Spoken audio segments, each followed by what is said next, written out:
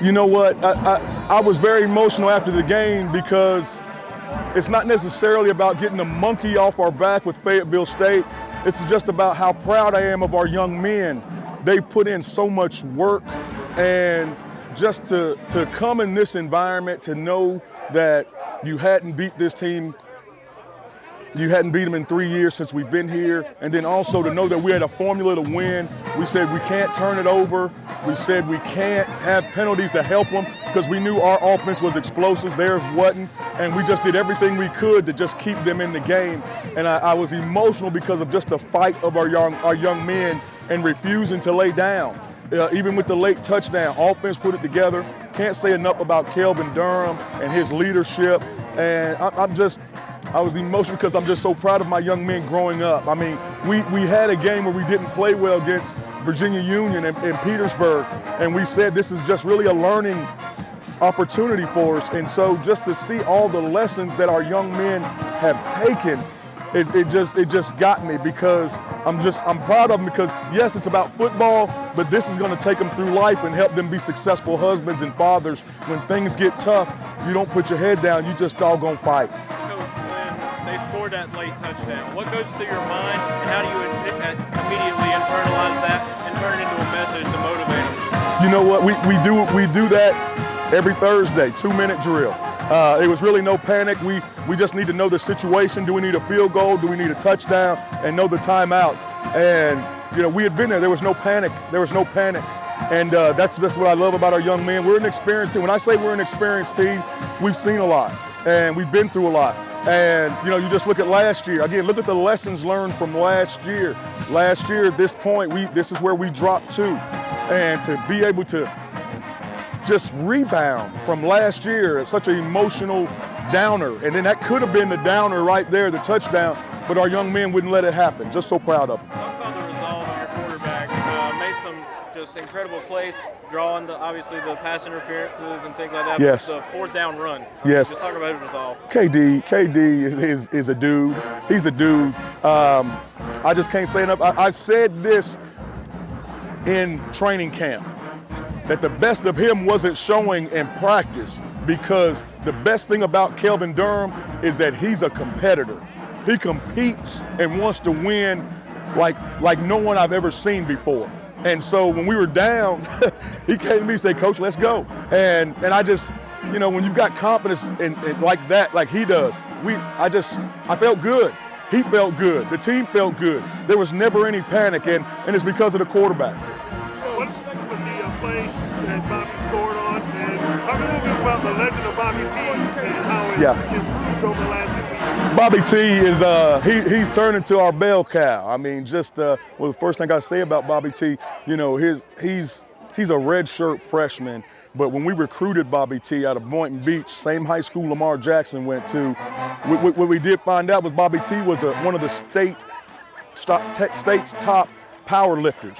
And so that means he's strong all over. So, and also means that he gets stronger as the game goes.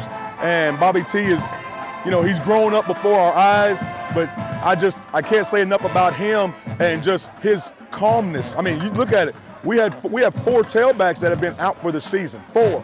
Bobby T is still standing, and just so proud of him. He sets a great example, great in the classroom, and just, you know, it's hard to believe he's a redshirt freshman. What was that, the touchdown that he scored on? Was Yeah. that intentional, or what was it's what we call an automatic.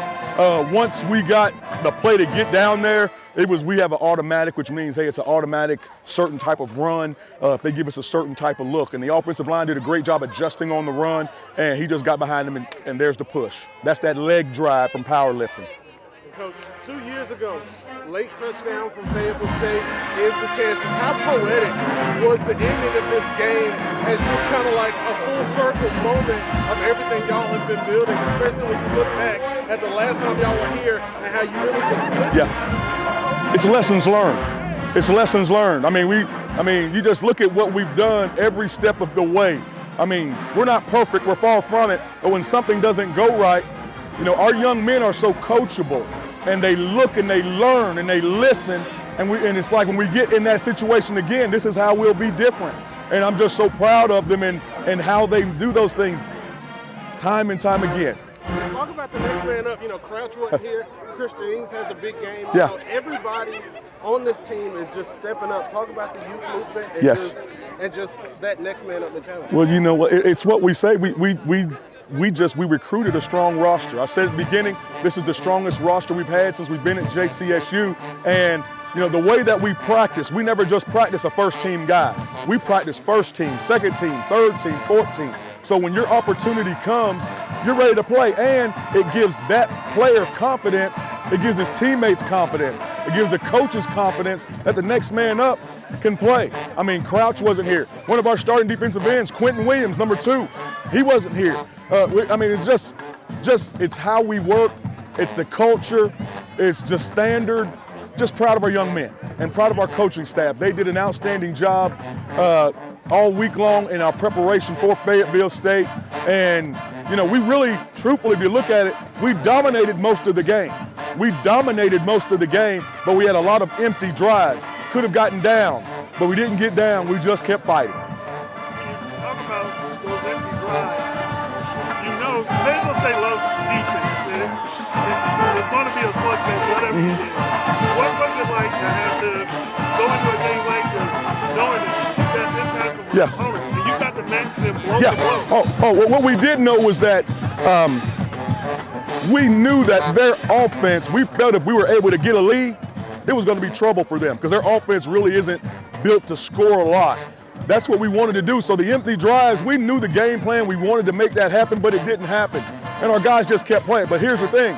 Those empty drives showed us, though, much respect for their defense, and they're an outstanding defense. But those empty drives showed us we can move the ball on these people. We had confidence all day. We knew they had a strong pass rush. We knew they were strong D-line, linebackers, secondary. But what we did know is that we can move the ball against a lot of people, and that's what happened. Now you got to turn the page. Yeah. Obviously, you're going to enjoy this one today, but it's the school in Salisbury next week. Win and in. I mean, that's going to be how it is. What's going to be We the look best? forward to it. We look forward to it. I really don't want to delve too far in there because I'm going to celebrate this one right here. But commemorative classic. First 2 teams to play an HBCU football game. And you add everything that's going into this one. It's going to be a big game. We're glad it's at home. And we're going to be looking ready to have a good week of preparation. And we're going to look forward to playing